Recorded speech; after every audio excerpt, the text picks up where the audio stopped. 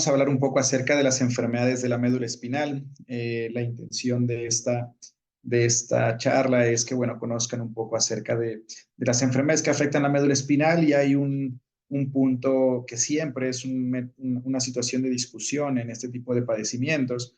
De pronto cuando me encuentro en foros de fisioterapia o de cirugía o de medicina interna, definir si una enfermedad se tiene que operar o no se tiene que operar.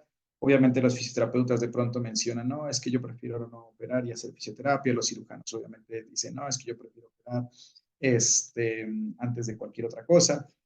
La realidad es que hay directrices y condiciones que definen cuándo así, cuándo no, y obviamente pues es una de las intenciones de esta charla, ¿no? Definir cuándo deberíamos de hacer una cosa, cuándo deberíamos de hacer otra de manera clara y con el conocimiento claro de algunos conceptos, ¿vale? Entonces, vamos a ver de manera rápida, pero no por eso demasiado superficial, este tipo de padecimientos, ¿bien? Para ello vamos a usar una serie de casos clínicos, dos en específico, en este caso un pacientito Buster. Yo creo que muchos se van a sentir identificados con este tipo de pacientes, pacientes que tienen dolor cervical, de una raza que suele tener enfermedades de la médula espinal o de la columna vertebral de una manera eh, muy frecuente en realidad.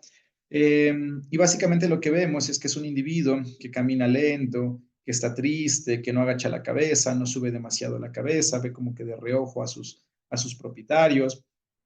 Al momento de hacer una revisión clínica, este es el paciente, la mascota de una colega, ella hace una revisión y nos muestra los videos, evidenciando que a la palpación profunda de los músculos del cuello, vemos cómo tiene mucho dolor, hasta fasciculaciones, temblores tiene el individuo debido a un dolor importante, ¿no? La colega inició tratamiento médico, fisioterapia, y el paciente no lograba evolucionar de una manera adecuada. Buster tiene 9 años y tenía dolor cervical importante con un mes de evolución. Después les voy a enseñar a un paciente contraparte con signos clínicos muy típicos, lo que conocemos como paraparesia, que es debilidad de las extremidades posteriores. Pero en este caso un cachorrito de 6 meses con debilidad de las extremidades posteriores de manera progresiva, dolor entre las últimas vértebras del tórax y las primeras vértebras lumbares, con 2 meses de evolución, ¿no? Y acá lo importante y fundamental es que esto ha sido una enfermedad de tipo progresiva. Inició siendo leve y al momento de la consulta con nosotros vemos cómo la paciente no es capaz de mantener la cuadripedestación, no es capaz de mantenerse en pie, ¿no? El doctor Oscar, fue el neurólogo en turno de ese paciente, vemos cómo lo está cargando con su antebrazo y evaluando la función de las extremidades posteriores, ¿no? Que es un signo clínico que encontramos frecuentemente en neurología. Bien. En ese sentido, los objetivos de cualquier consulta siempre tiene que ser establecer un diagnóstico neuroanatómico. Si yo como clínico estoy abordando un paciente con enfermedades neurológicas, necesito lo primero que necesito hacer es establecer en dónde está el problema. A partir de ello, voy a diagnosticar de acuerdo a las categorías que existen para enfermedades, cuáles son las que podrían enganchar con mi paciente. A partir de ello, también voy a establecer un diagnóstico diferencial, pruebas 100% objetivas. Es importante que las pruebas siempre sean objetivas. No deberíamos de hacer pruebas que no tengan objetividad porque eso va a derivar en altos costes de nuestros procesos diagnósticos y que ese proceso también sea mucho más lento y engorroso. Una vez que tengo mi diagnóstico definitivo, establecer un tratamiento en base a los criterios que ya están establecidos en los diferentes consensos internacionales. ¿Vale? Como tal, los diagnósticos neuroanatómicos, como habíamos mencionado, de las enfermedades de la médula espinal, podrían derivarse de acuerdo a la localización anatómica, ¿no? Podemos tener enfermedades que afecten la columna cervical o la médula espinal en la región cervical, en la región cervicotorácica. En el caso de estas dos últimas, o dos primeras, por así llamarlo, vamos a tener pacientes que no pueden caminar con las 4 extremidades, ¿bien? En el caso de los individuos que no caminan o que tienen debilidad de las extremidades posteriores, la lesión sí o sí tendría que estar en la región toracolumbar, entre las últimas vértebras del tórax y las primeras lumbares, o hasta el final de la columna vertebral y de la médula espinal en los segmentos lumbosacros. ¿Bien? Lo que vamos a evaluar y lo que nos va a definir en dónde está la enfermedad va a ser si tenemos déficit posturales, alteraciones sensitivas y o motoras, el dolor paravertebral, es decir, a la manipulación de la columna, si duele o no duele, como en el caso del pacientito Dashon, Buster, que tenía mucho dolor en el cuello, pero no tenía signos de médula espinal, y la persistencia o ausencia de los reflejos, bien, lo que nos deriva en un concepto que llamamos neurona motora alta y neurona motora. Los diagnósticos por categoría siempre van a ser los mismos, o sea, cerebro, cerebelo, tallo cerebral, médula espinal, nervios periféricos, incluso la unión neuromuscular y el músculo propiamente dicho, que son las regiones que pueden estar afectadas desde el punto de vista anatómico en cualquier enfermedad neurológica, va a tener una enfermedad de acuerdo a estas categorías, ¿no? Recordemos que nosotros las dividimos de acuerdo a este acrónimo que llamamos vitamina D, y en ese sentido podemos tener las enfermedades vasculares como los tromboembolismos, las enfermedades inflamatorias como las meningoencefalitis, las meningomielitis de origen autoinmune, de origen infeccioso, por ejemplo, las encefalitis o la cerebelitis por moquillo, las mielitis infecciosas bacterianas, las mielitis infecciosas fúngicas, es decir, por hongos, hasta parasitarias podríamos llegar a tener. Las enfermedades traumáticas, obviamente estas son muy frecuentes, desafortunadamente muchos de nuestros pacientes son atropellados, se caen de alturas importantes y tienen lesiones neurológicas, ya sea de la cabeza o de la columna vertebral, anomalías congénitas de cráneo, como las habíamos mencionado, que podría derivar en crisis epilépticas en la charla anterior, o anomalías de la médula espinal o de la columna vertebral que deriven en signos de debilidad de las extremidades, enfermedades metabólicas, trastornos idiopáticos, dentro de las enfermedades metabólicas, normalmente es raro que generen enfermedades propiamente de la médula espinal, pero sí signos clínicos, por ejemplo, de debilidad de las extremidades, de las cuatro extremidades, por ejemplo, en el caso de diabetes, en el caso de hipotiroidismo, síndrome de Addison, enfermedades idiopáticas, también es hasta cierto punto frecuente poder llegar a encontrarlo, principalmente en enfermedades de tipo intracraneales. Las enfermedades idiopáticas son muchísimo más comunes. Las enfermedades neoplásicas, por supuesto, que es una condición de todos los días, encontrar tumores que afecten a la médula espinal, y las enfermedades neurodegenerativas, que si bien tampoco son las más frecuentes, las vemos con cierta regularidad en médula espinal, ¿no? La enfermedad que conocemos rutinariamente como mielopatía degenerativa, que es asociada a la alteración de un gen que codifica para la enzima superóxido dismutasa, es una enfermedad que vemos con cierta frecuencia en la clínica diaria, ¿bien? En ese sentido, cualquier enfermedad que afecte al sistema nervioso va a estar englobada en cualquiera de estas categorías. Por lo tanto, una vez que menciono mi diagnóstico neuroanatómico, tengo que englobar qué enfermedades por categoría podrían generar los signos clínicos que tiene mi paciente. Muy bien. Hablando específico de médula espinal, pues ya mencioné algunas de las enfermedades más frecuentes desde el punto de vista vascular. Por ahí creo que no lo mencioné, el embolismo fibrocartilaginoso de lejos es la enfermedad tromboembólica o vascular que afecta a la médula espinal más frecuente, la hiperostosis esquelética difusa idiopática en la columna vertebral que produce mucho dolor, alteraciones de la fuerza y de la motricidad del individuo, y de lejos la enfermedad más común que produce alteraciones de la médula espinal o de la marcha del paciente serán las famosas hernias de disco intervertebral, ¿no? Que por ahí se combina entre una enfermedad degenerativa de base, pero que puede ser los signos clínicos progresivos de acuerdo a condiciones traumáticas, incluso hasta vasculares por secundaria a una hernia de disco. ¿Bien? En ese caso, regresamos a nuestro paciente Buster. En ese sentido, el diagnóstico neuroanatómico de este paciente fue la región cervical, fundamentalmente por la evidencia de dolor, no tenía evidencia de signos medulares, y en ese sentido las categorías como una enfermedad inflamatoria, traumática, neoplásica o de tipo degenerativa, específicamente por una hernia, fueron nuestros diagnósticos por categoría diferenciales más probables.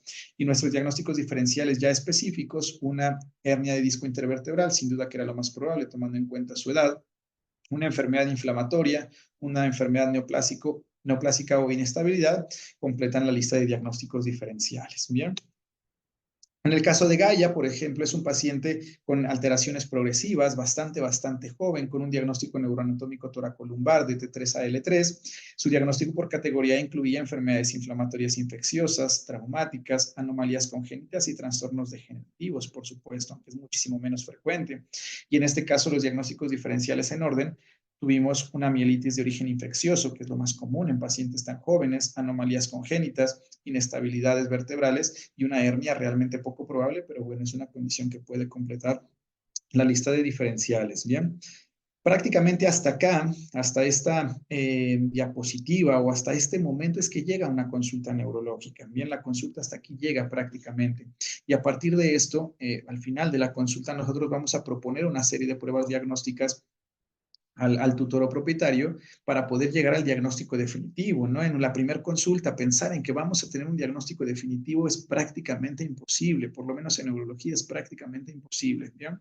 Entonces, sugeriremos pruebas diagnósticas que nos van a definir cuál es el diagnóstico como tal, ¿no? Esas pruebas diagnósticas, de acuerdo a diversos puntos específicos, pueden radicar en estudios radiográficos simples, adquisición de imágenes avanzadas como tomografía computarizada, resonancia magnética, test genéticos, por ejemplo, en el caso de que sospeche de una enfermedad genética como la mielopatía degenerativa, sin duda que tendría yo que hacer test genéticos para demostrar las alteraciones genómicas de la superóxido dismutasa, la obtención de líquido cefalorraquídeo en el caso de que yo sospeche o ya tenga una imagen sugerente de una enfermedad inflamatoria o infecciosa de la médula espinal, tendría que hacer la obtención de una muestra de líquido cefalorraquídeo. Bien, entonces son las pruebas que normalmente vamos a utilizar de acuerdo a los signos clínicos distintos que podemos llegar a tener. En el caso específico de Boster, mencionábamos que el signo clínico fundamental era el dolor.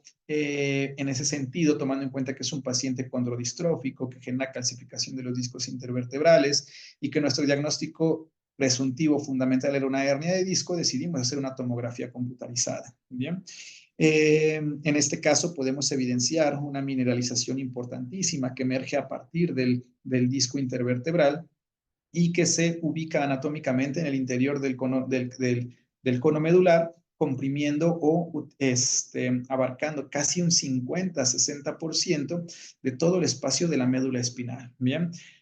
En ese sentido, y por condiciones muy específicas del tamaño de la médula espinal y del cono medular, el paciente no tenía signos neurológicos, pero tenía una irritación importante sobre las meninges que derivaba en dolor impresionante. En este caso tenemos una hernia bastante grande y ese fue el diagnóstico definitivo de Costa. En el caso de Gaia, la cachorrita que tenía 6 meses con paraparesia progresiva, de acuerdo a los diagnósticos diferenciales, decidimos hacer una resonancia magnética y establecimos un diagnóstico de un quiste dermoide que abarca prácticamente desde la piel hasta la médula espinal. Recordemos que los quistes dermoides o los senos dermoides son comunicaciones del exterior hacia el músculo, el hueso, o en este caso la médula espinal, se clasifica de acuerdo hasta donde llegue por una falla en el cierre a nivel embrionario, bien, es decir, es un paciente que su cuerpo no se cerró por completo y hay una comunicación desde su médula espinal hasta el exterior, bien, entonces es una enfermedad, una anomalía congénita importante que está provocando una inflamación terrible en la médula espinal y eso derivaba en los signos clínicos del paciente. Entonces, gracias a la resonancia magnética es que pudimos establecer un diagnóstico tan complejo como este, bien. Y una vez que tenemos el diagnóstico, obviamente el siguiente paso es establecer un tratamiento. Una vez que yo tengo un diagnóstico, establezco un tratamiento. Antes de eso, puedo establecer tratamientos paliativos para quitar el dolor, para ayudar al paciente a ser un poco más fuerte o ayudar con ciertos medicamentos que mejoren las capacidades de perfusión sanguínea para los tejidos, qué sé yo, tratamientos paliativos, tratamientos que mejoren cierta nutrición para los tejidos y quiten el dolor, pero realmente no puedo establecer un tratamiento específico. Una vez que tengo el diagnóstico, puedo hablar de un tratamiento específico. Y en ese sentido, de acuerdo a las enfermedades de médula espinal y columna vertebral, podríamos establecer 3 tipos de tratamiento.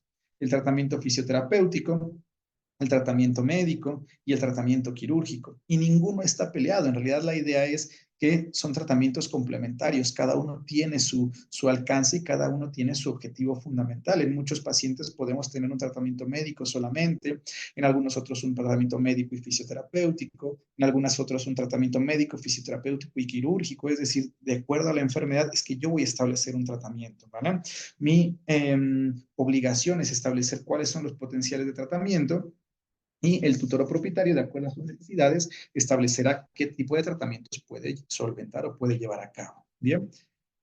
En ese sentido, tenemos que pensar en varias cosas con respecto a una lesión de la médula espinal. En una médula espinal lesionada puede haber varios tipos de condiciones. Primero de ellos, la contusión o el golpe que puede derivar en un evento traumático, en un evento vascular isquémico, en una hernia de disco, va a haber un proceso inflamatorio y ese proceso inflamatorio va a derivar en una lesión que llamamos lesión de penumbra o lesión primaria, que básicamente va a hacer que el tejido no funcione, ¿bien?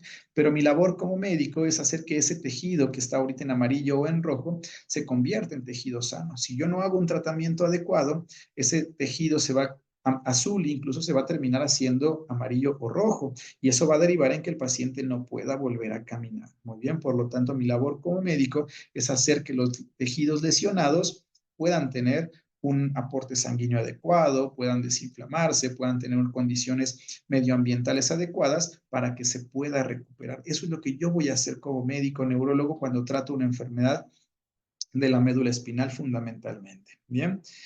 En ese sentido, vamos a tener una serie de trastornos. Por ejemplo, cuando tengo fracturas, cuando tengo estenosis de los canales vertebrales, una hernia de disco, básicamente va a haber una compresión sobre la médula espinal, ¿bien? Esa misma compresión, la inflamación, el golpe que pudo haber tenido esa médula espinal puede derivar en un hematoma, puede derivar en edema, lo que conocemos como inflamación, o si es un tumor, básicamente también va a ocupar un espacio y va a generar los mismos efectos fisiológicos y fisiopatológicos sobre la médula espinal. Bien, entonces esto lo tenemos que tener en cuenta porque digamos que la toma de decisiones es bastante común o bastante similar más bien, aunque sean enfermedades muy distintas. Bien, entonces esto lo tenemos que tener muy en mente.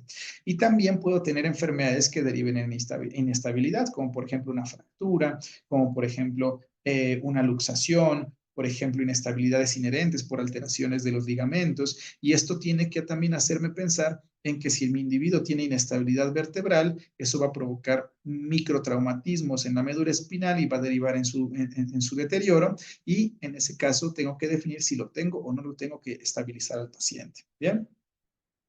En ese sentido, vamos a definir que desde el punto de vista ya un poco más específico, vamos a tener lo que conocemos como el tratamiento conservador y el tratamiento quirúrgico. El tratamiento conservador se va a basar en un soporte vital.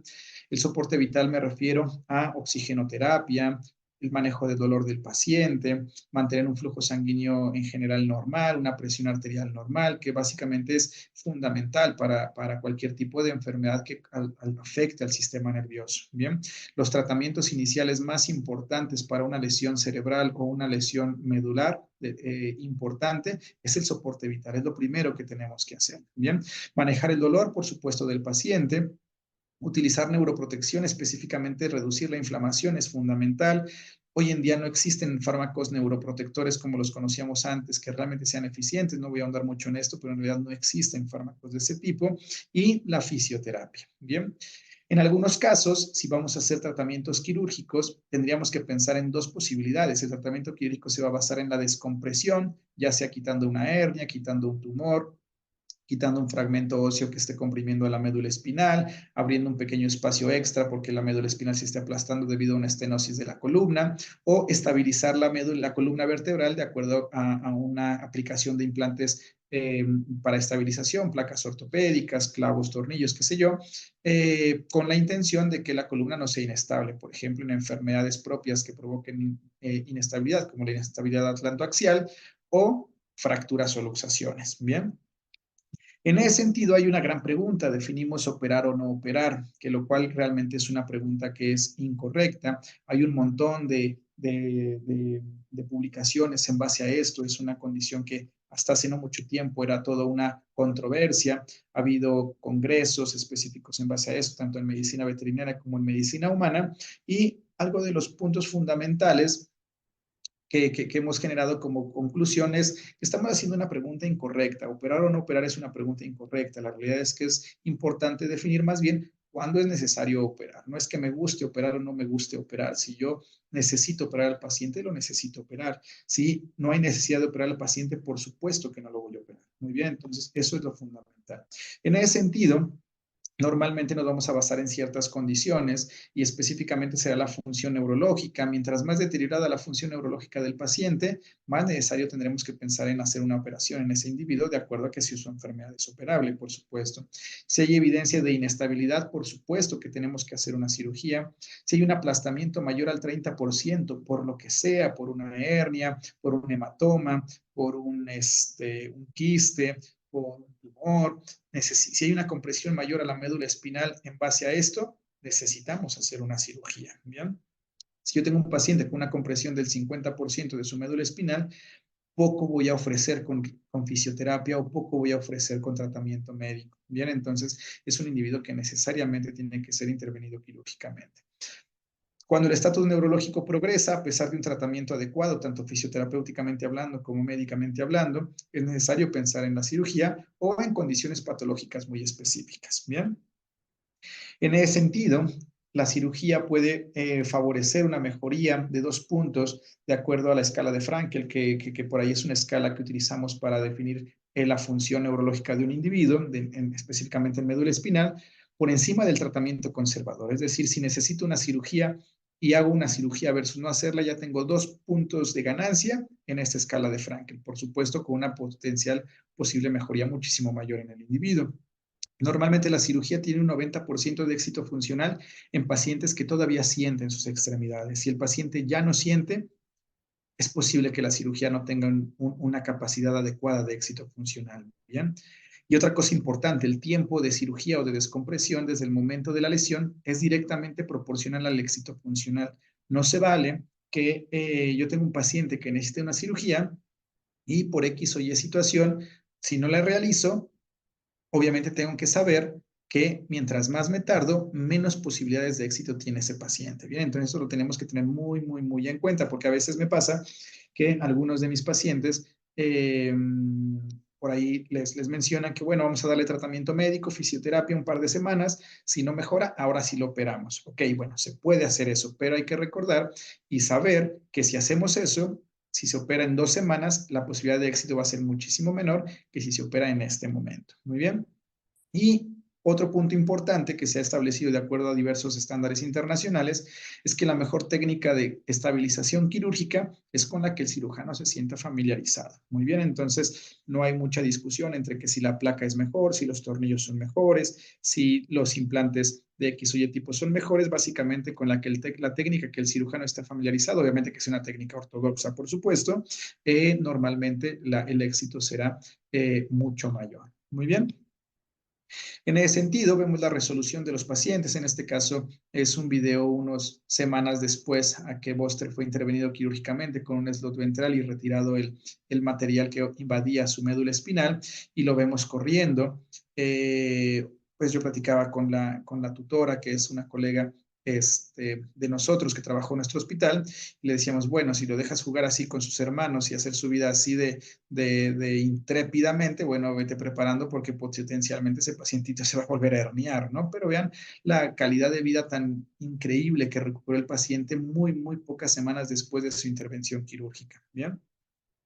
Y este es un caso, la verdad es que fascinante, el caso de Gaia, una enfermedad bastante poco categorizada, rara, pocos pacientes han sido sometidos a un procedimiento quirúrgico de este tipo, logramos extirpar por completo el quiste dermoide y prácticamente antes de irse a la hospitalización, 3 días después, la paciente ya podía caminar, todavía con una incoordinación y debilidad importante.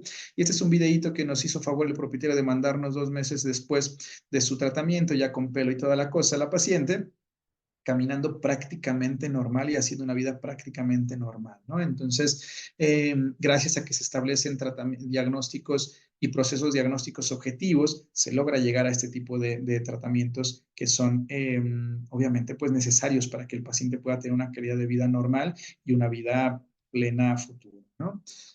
Y bueno, ya para terminar, a modo de conclusiones, como siempre y en todas las pláticas que me vean dar, vamos a hablar acerca de tratar enfermedades en base al diagnóstico, ¿no? No en base al síndrome clínico. Por ahí también podemos encontrar tratamientos que se ofrecen para la paraparesia, tratamientos que se ofrecen para la incapacidad de caminar de un individuo. Pero venga, yo no puedo ofrecer un tratamiento para un síntoma. Si yo ofrezco un tratamiento es porque estoy ofreciendo un tratamiento para una enfermedad específica. No podemos pensar en que ese tratamiento es eficiente o no si solamente estoy tratando un síntoma, ¿no? Entonces, es importante que si incluso voy a proponer el uso de un fármaco o de un tipo de tratamiento para un individuo, es que lo estoy haciendo en base al diagnóstico definitivo, ¿bien? Nunca en base al síndrome clínico. Realizar abordajes en orden, recordando los pasos y los objetivos que tenemos en nuestra consulta, con nuestras pruebas diagnósticas, y una vez que tenemos el diagnóstico, ahora sí ofrecer un tratamiento específico. Bien. Es importante reconocer que el tiempo entre el inicio de la enfermedad y su resolución, específicamente en neurología y en realidad en casi todas las especialidades en medicina veterinaria, va a ser directamente proporcional a la capacidad de mejoría. Es decir, si yo yo diagnostico en mi paciente una enfermedad en su inicio, seguramente me va a ir mucho mejor y tendré mejores oportunidades de tratamiento que si la diagnostico cuando está en una etapa terminal, ¿cierto? Entonces, esto es importante que lo platiquemos con nuestros tutores, que lo platiquemos si soy un tutor, que lo platiquemos con el veterinario, porque de utilizar tratamientos paliativos, desinflamatorios, fisioterapias, sin un diagnóstico, potencialmente puedo mejorar. Es decir, si yo tengo una enfermedad que provoca dolor de cabeza y me tomo un analgésico para la cabeza, pues seguramente voy a mejorar, ¿no? Pero si esa enfermedad que me produce dolor de cabeza es un tumor cerebral, lejos de mejorar, obviamente, lo único que estoy haciendo es perdiendo tiempo y perdiendo posibilidades de que alguien me intervenga quirúrgicamente y me quite ese tumor o que pueda tener una resolución mucho mayor, ¿no? Es un ejemplo drastiquísimo, pero la realidad es que así funciona la medicina. Mientras más rápido podamos diagnosticar enfermedades, mejor y más rápido las podemos tratar, ¿bien? Procurar un trabajo multidisciplinario, no se vale que si soy fisioterapeuta no quiero operar, aunque el paciente lo necesite, sí o sí voy a sacarlo adelante con fisioterapia, ¿no? Hay muchos cirujanos en el país y en la ciudad y en el mundo, en realidad, que pueden ofrecer sus servicios. Si soy cirujano, obviamente no me voy a encarcelar o aferrar solamente a la cirugía. Obviamente hay muchísimos fisioterapeutas perfectamente bien capacitados en nuestro país, en nuestra ciudad. Entonces, es importantísimo que tengamos un trabajo multidisciplinario. ¿Bien? Eh, Cada día nos alejamos más al concepto en donde un veterinario o un médico puede resolver prácticamente todo. Es imposible. Y si sí, pues obviamente tiene que ser un individuo con una capacitación exhaustiva en prácticamente todas las áreas, lo cual no dudo que exista, pero es realmente me parece que es muy difícil de encontrar y por ello existen en medicina humana y ahora en medicina veterinaria, pues obviamente neurólogos, endocrinólogos, cirujanos, fisioterapeutas, internistas, dermatólogos. Entonces es importante que trabajemos con una idea multidisciplinaria para tener un éxito mucho mayor en nuestros pacientes. Y obviamente siempre tenemos que ofrecer todas las opciones a los tutores, ¿vale? Si el tutor decide hacer o no hacer el tratamiento, obviamente lo hará de acuerdo a sus posibilidades de invertir, sus posibilidades de tiempo, las posibilidades que sean en realidad, pero él tomará la última palabra de hacer un tratamiento o no. Misma situación en nosotros. Si tenemos una enfermedad, nos van a ofrecer diversos tratamientos y si yo quiero hacerme X o Y tratamiento, será mi responsabilidad, será mi decisión, pero el médico siempre tendrá la obligación de ofrecer todas las opciones que existan, ortodoxas, obviamente viables, para un paciente, ¿vale? Entonces, si yo no ofrezco una alternativa de tratamiento para mi paciente, ahí sí estoy cayendo en un error. Muy bien. Si yo ofrezco todas las alternativas y se hace todo o se hace nada, ok, eso dependerá de la decisión del tutor, pero no del médico veterinario. El médico siempre tiene que ofrecer todas las opciones. Muy bien, entonces, pues básicamente son mis recomendaciones, mis consejos en general y pues bueno, espero que también esta plática sea de mucha ayuda para todos ustedes. Muchísimas gracias.